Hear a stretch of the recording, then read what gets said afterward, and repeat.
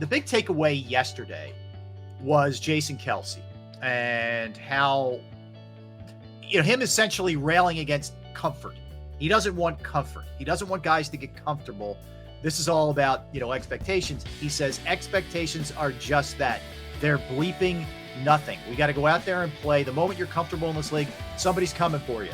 We got Mr. T in Rocky 3. He's going to be hunting for us every week, and we haven't won bleeping nothing.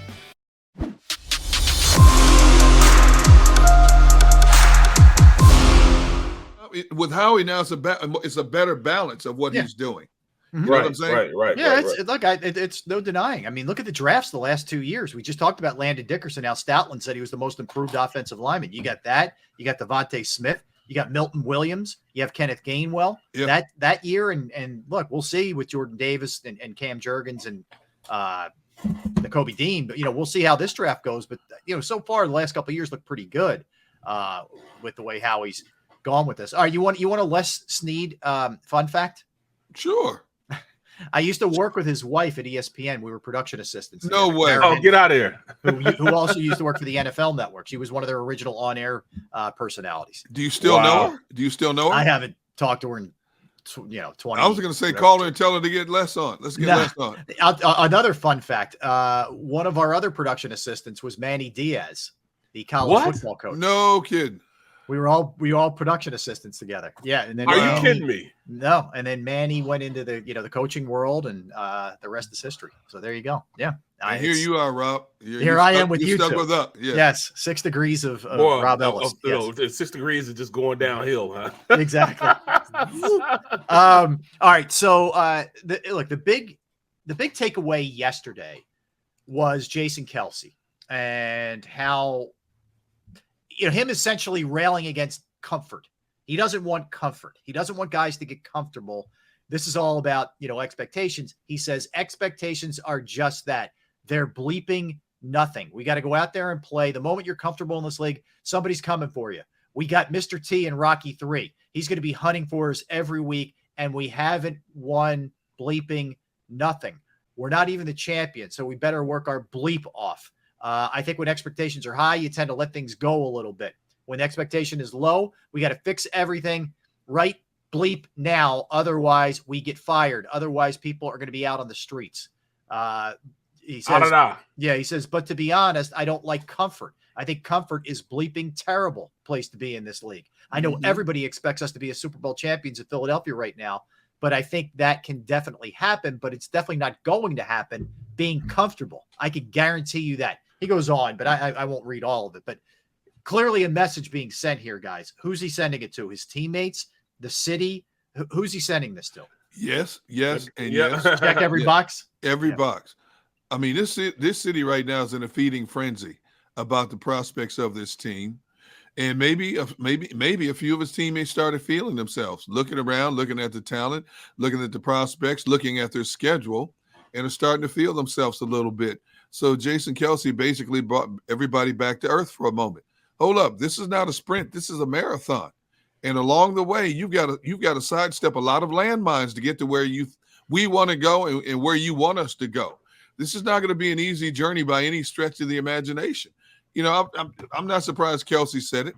Kelce put everything in its proper perspective. You know what? It looks good now, but we've got to play 100 miles an hour every week to be that team that we think we can be. In the most versatile way to put this, the meaning is right there. This is my coach, Russ Grimm, used to say, guys, we haven't pissed a drop yet. And that's exactly what it is. They have done nothing yet to garner, them feeling comfortable about anything. The best place to be is being comfortable with being uncomfortable. You have to make sure that, it's always going to be a fight. When you think you've arrived, that's when you're going to go start going downhill. Because when you think you know everything, that's when you know absolutely nothing. Yep. So, yeah, it's good that he said that. And he's especially making an example to the younger guys. But people in that locker room, this is what Jalen Hurts calls rat poison. You know what I'm saying? Let everybody 100%. come out there, patting you on the back, giving you all this data boys. I used to hate that right there. All them data boys make you weak. Yeah. So I don't need any data boys. Well, I let just me need ask you guys you. to go ahead and get going. Kelsey's lived it. Fletcher Cox has lived it. Lane Johnson. We know the guys. Brandon Graham. There's only a select few that have won a Super Bowl. Yep. Do you think some of this is he can kind of sense that his fellow teammates are sniffing themselves a touch because of some of the hype? Probably, and he's being proactive, like, you guys have no idea what it takes to get through this thing. This Absolutely. Probably. Absolutely. And rightfully so. Who better to send that message than one of the most loved, hardworking players who've ever come through this city, who knew what that grind is like, who only has a handful of teammates left from 2017 that knew what it was like to go through the trials and tribulations of not just playing the game, but bandaging up this team when future Hall of Famers, Pro Bowlers fell by the wayside along the way. They won a Super Bowl. Let's look at this. They won a Super Bowl with a backup quarterback. Backup left tackle. A backup left tackle, but a backup quarterback who has done nothing since he left Philadelphia. And I love Nick Foles. Nick Foles is one of my all-time favorite people. But it is what it is. Yeah. Since he's left here, what has he done? Absolutely. He's been a journeyman. Yeah. But for that one moment in time, it was the perfect storm for this team. You think about backup left tackle. They didn't have a future Pro Bowl special team player. Your quarterback was an MVP candidate, the leading MVP candidate. He wasn't there for the final show. And they won the Super Bowl. How many other teams can say that? Yeah, exactly. I don't know any teams overcome starting left tackle, starting quarterback, starting middle linebacker, best special teams player, starting cornerback. I'm not sure that's ever happened in the history of the NFL. We've seen a couple backups step in, and Hostetler. Who's the other one? I'm missing one, but whatever. We've seen it, but not to that extent that the Eagles had to. So I just think this is brilliant, man. Honest to God, I think it is so, because Sirianni isn't the type to do that. It's just not. You know what I mean? It's not really his nature, his personality. Was Williams a backup for Washington? Doug Williams. That's a good one. That's it, Barrett. That's a great one. So I just think that's, to me, it's a captain type of move. Yes. Is what it is. Absolutely. I'm glad you said that, because you know who the biggest backup was that won a Super Bowl? Tom Brady. Right. Oh, that's right. Drew Bledsoe got hurt. Oh, Kurt Warner stepping in for Trent Green. Warner. Yeah. Yep. Drew Bledsoe got hurt. People like, Tom who? 6th round pick from Michigan? Who? Yeah. This skinny dude here? Are you serious? Opie Taylor. Yeah. And it was the beginning of a dynasty. That's true. That's true. So that I just thought when he said that, I'm like, he realized. And the other thing about Kelce is he's not one of these guys who says, I don't listen to sports talk radio. I don't read what's being written. I'm not on social. He'll tell you, he knows what's going on. He's in the public too. He's not just stay in his house kind of guy. He's, you guys know he's out and about. You could run into him at a bar, restaurant, or, a park somewhere. And so he knows what's being said and what people are, putting out there. So this is his way of getting in front of it. I think it's great. I love that they have players like this that are willing to do this kind of stuff. See, that message had to come from a player. It couldn't come from a second-year head coach. Yeah. It had to come from a player who was there, who lived it. As good of a motivator as Sirianni can be, that message had to come from a highly decorated player who's walked it and talked it, and gave the speech of a lifetime to cap off an incredible, unimaginable season for that team. Yep. Yeah. No question about it. All right. So let's look at, based off of this with expectations. So they were 9-8 last year, got to the playoffs, lost. Doesn't that game feel like it was a lot worse than 31-15? Like, I know that Tampa took their foot off the pedal, but I felt like a 44-3 game to me. But anyway, exactly. Yes. Perfect. So, we're going from that to a lot of people saying, all right, win the division, minimum NFC championship game. Like, how realistic is this jump that we're talking about here for this team? It's they retooled in key positions. Maybe really, if you look on the opposite side of the ball, There's only one big playmaker that they brought in that's really going to make a substantial difference in, the entirety of what you think of as far as the scheme of the offense. Pascal, he's a nice piece. He's definitely a nice piece. But when you look at the overall dynamics of being an impact player, it has to go with A.J. Brown. Other than that, this offense virtually looks the same. It virtually looks the same. You got your minus Zach Ertz. And then after that, what else do you have? You have guys like Jalen Reagor, who was the number 2 guy, is gone now. Now your number 1 is AJ Brown and Devontae Smith. Pascal's come in. He's going to be a good slot receiver. Put him there, and he's going to do the dirty work, the hard work, the work that nobody else wants to do. He'll be a guy go up there and dig a linebacker out on run plays, or get the safety on run plays. He's going to be consistent as far as control in the middle of the field. Then you have Dallas Goedert. He's now the man now. He's a starter now. He's the guy that will be in for probably 90 to 95% of the snaps now. Those are only big things that have changed in this entire offense. Mm-hmm. Defensively is where I think the biggest impact comes with what Howie Roseman did. Howie Roseman was able to change this defense from being the worst in all categories to right now we're kind of expecting and we're foreseeing that this team can be a lot better. Like I said yesterday, it was great for me to hear him say, all right, even if I call a bad call, my guys can bail me out. They're good enough to be aggressive when I'm not even being aggressive. That's what I heard more so than it. He didn't say it like that, right? But that's what I heard. Mm-hmm. Even when I'm not aggressive, my guy's going to be aggressive. So it really doesn't matter what he calls out there. I have a lot of faith that the guys that are out there, the guys that are in between the lines, will take over at some point and become productive. So how deep do you think this goes, Barry? I mean, we'll get into like full blown predictions, tomorrow. But do you sense that this team's poised to make a pretty good run here in the playoffs too? I do. I think they are poised to. I mean, and it all starts. They got to play first, but they have just the right amount of veterans that people can listen to really make a difference. Okay. How about you, Gunner?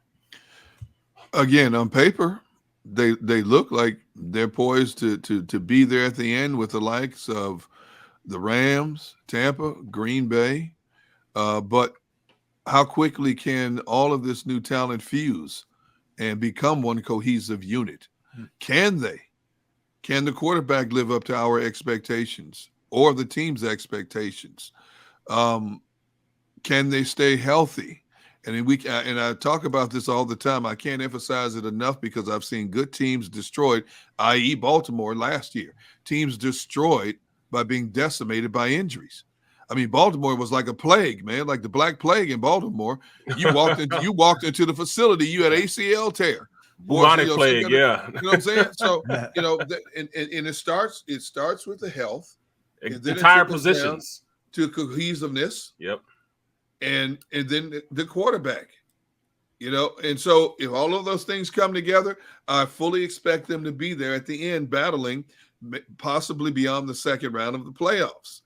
But there's a long way between now and January to get the answers that we're seeking. Yeah, look, I think that they will. I think they, barring injuries, I think they will at least win a playoff game. I think they will be better than they were. I think some of it, I got to see what happens around them conference wise to have a better handle on how far they can go in the conference. We'll get into that. But you got it. Sorry, but here's a question that I'm stuck on right here. Now, GI Zoe Sports Radio says no one wants to answer my question. Rob Barrett D. Gunn. What's the question? Would Jordan Davis be considered another first round bust by Howie if he was just a part-time run stuffer? No. Not this year. No. You still have Fletcher Cox and Javon Hargrave on this team. It's a lot of money. Yeah, if he's just your starter on inside, it's a different story for me. No. You know what? I'm gonna take. I see what he's trying to say. Right. He's a first rounder, and if he's just gonna be a run stuffer, you would say that would be a bust. Yes. No. But in defense of that, I say he's going to have to play more than just first and second down. Not this year. No, not this year. No, you're right. You're Well, right. yeah, that's what I mean. My whole point is that if those other guys I just mentioned are gone and that's still all he is and he's kind of a part-time player, yes. Then you can start that's 2 going or there. 3 years down the road. Yeah, that's not this Yeah. year. It's Not definitely now. not this year. That wasn't a pick that was made just for, none of them are obviously, but I mean, this was a pick that was made to, I think, start to grow him, get him in shape, get him used to playing the more snaps, and then let him bloom in year 2 and year 3. He is not yet. Go ahead. I'm sorry. I'll go as far as to say this. Let's say he was the man. He had to play every down this year. Yeah. If he didn't live up to expectation in his first year, didn't make plays, didn't plug the gaps consistently the way we expected him to because of his size and agility, I'm still not going to label him a bust after 1 year. That means there's more growth that has to be done. Right. More was expected of him because he only played 30-something% of the snaps at Georgia.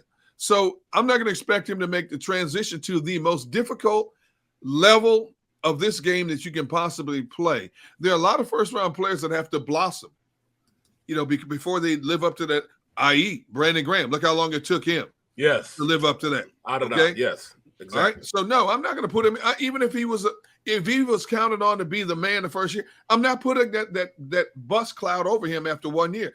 Now, year 2, year 3, if we're not seeing that growth, then we start talking about, how he made a mistake. I agree.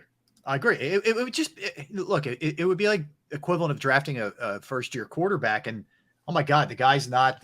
He's not Peyton Manning the first year. It takes some time sometimes. So listen, I get it, and I know it's a concern. His conditioning. He didn't play a ton at Georgia. I understand, the trepidation going in, but I can't. I wouldn't be able to label that guy after 1 year. He's not going to get a ton of snaps because some of the different fronts they're going to use and the quality people who are still here with the Eagles. That's a good thing that the Eagles have that situation. They brought him in to learn. They honestly brought him in, play first down, sit back and learn how to be a pass rusher. Yeah, 100%. That was their intention. 100%. So the areas that the Eagles need to get better at, and we dove into some of the numbers yesterday, but sacks, they only had 29. Which was the second fewest in the NFL. They only had 16 takeaways, which is an awful number for 17 games. Terrible. Mm-hmm. So those two things have to be first and foremost with the defense. With the offense, if you're looking at Jalen, it's really completion percentage, number of touchdowns, and number of big plays are the three areas you look at because it was a lot of plotting sort of long drives for the offense last year. Which can be a good thing if you're trying to keep the other team's quarterback off the field or whatever. But you want to be able to do some quick strike, which is what they Barry, they label it 40+ yards. Anything 40 plus is a quick strike play. So they're the areas that really have to get better, or else this team's just going to be, maybe relatively better, but not taking that huge leap. We're looking for this team now with the expectations of them being good now. Really, really, really far, man. I mean, we have so many high expectations that it's going to be hard for us not to say Super Bowl or bust. You know what I'm saying? And don't let them get off on a great, a good foot. Then we're really going to have even higher expectations on them. So, yeah. I mean, it's just the nature of how we made them better than we thought they were going to be. And that's it. I mean, even the most optimistic fan, if we said to them when the season ended, to now, you would have added the caliber of guys that you added. I think Eagles fans would be like, all right, please. Who did they really get? No, they really got Hassan Reddick and Kazir White and James Bradbury and Chauncey Gardner-Johnson and A.J. Brown. I think you would have fallen over if you were an Eagles fan saying hallelujah. So, that's without really gutting your team. What was really sacrificed there? I know you gave up a draft pick to get A.J. Brown, but other than that, Bradbury was kind of cast off. I don't think he gave anything up really for Chauncey Gardner-Johnson. It was only money for Hassan Reddick and Kazir White. The relative return that you gave up to what you got back is crazy. Oh, there's no question. There's no question. How he exceeded everybody's expectations this offseason. We felt that this was a team that was going to grow. A team that potentially had the opportunity to be better than they were a season ago. based on their overall schedule. But no, how he didn't stand pat. He put this team in a position to compete with the heavyweights right now. And you got to give him so much credit for not being one to just continue this. Well, we're just going to develop our young talent, and hopefully in 2 to 3 years it will gel. And and we'll have this team in 2 to 3 years. I always said, I'm not waiting 2 or 3 years. I've got that itch. I want to win now. I want these fans of Philadelphia to be proud of the product we put on the field now. I want people to be talking about the Philadelphia Eagles now. And he did a tremendous job. And it didn't hurt this team's future. He didn't have to give up a future first-round draft pick. You got 2 next year to reload again. Yep. Yeah. Well, yeah. You have insurance, is what it is. Oh my goodness. Well, you have heard. I can remember going in off season, and I remember they signed Hassan Reddick, and that was the only sign that we had going up until the draft. And I can remember saying, "Oh, what are we doing? We haven't done anything in free agency. All for the 2 or 3 weeks free agency first opened up, they did really nothing besides Hassan Reddick." And we had done nothing but Pascal all the way up until the draft. Now we're talking May. Yeah, right. Nothing until May. And then all of a sudden, one trade becomes this team opening up into being one of the better teams in the NFC. Yeah, it did. One trade started. A.J. Brown was like the impetus, man. Everything just kind of followed suit after that. Jason has a question for you guys because Barrett and Derek can answer this better than me. Good afternoon, Sports Take. I'm leaving Minnesota tonight to drive to Detroit for the game. Any suggestions on places I should check out, football related or not? Wink, wink. Oh, it's always good place to eat or drink. Yeah, you guys have any suggestions? Yeah, you go down to the casino that's down there, but they have these they have this restaurant. What was it called? Oh my goodness, it was a jazzy type of place right down there on the waterfront. I'm trying to think because Barrett? Is it okay? So it's not on the Blue Note. It's called. It's not in the Note. Casino. Okay. No, it's down by the casino. Okay. That's not in the casino, but yeah, man, it's then there's just anywhere Greek you Town. go down Williams there. says hit Greek Town. Greek Town. That's where everything is in Greek Town. Greek Town. That's Now, where the casino is and everything. When we went to Detroit, we always stayed at the Renaissance Hotel downtown. Incredible hotel. Yep. It's like that thing's like an airport. It's so huge. There's a barbecue place about 2 miles away. I cannot think of the name of it, but one of the better barbecue places I've eaten at. If you're downtown near the Renaissance Hotel, ask somebody who knows the city, where's this barbecue place I keep hearing about? Okay. It's a great atmosphere, laid back, and the food was incredible. Had a great time there. Cannot think of the name of that. All right. Well, we'll just save that thought. Let's hit it real quick. We come back, Xander. I'm not going to do the read here. We'll hit it. We're going to have James Palmer join us from the NFL Network when we return. Derek Gunn, Barrett Brooks, Rob Ellis. We are Sports Take, JAKIB Sports YouTube Network. Be right back.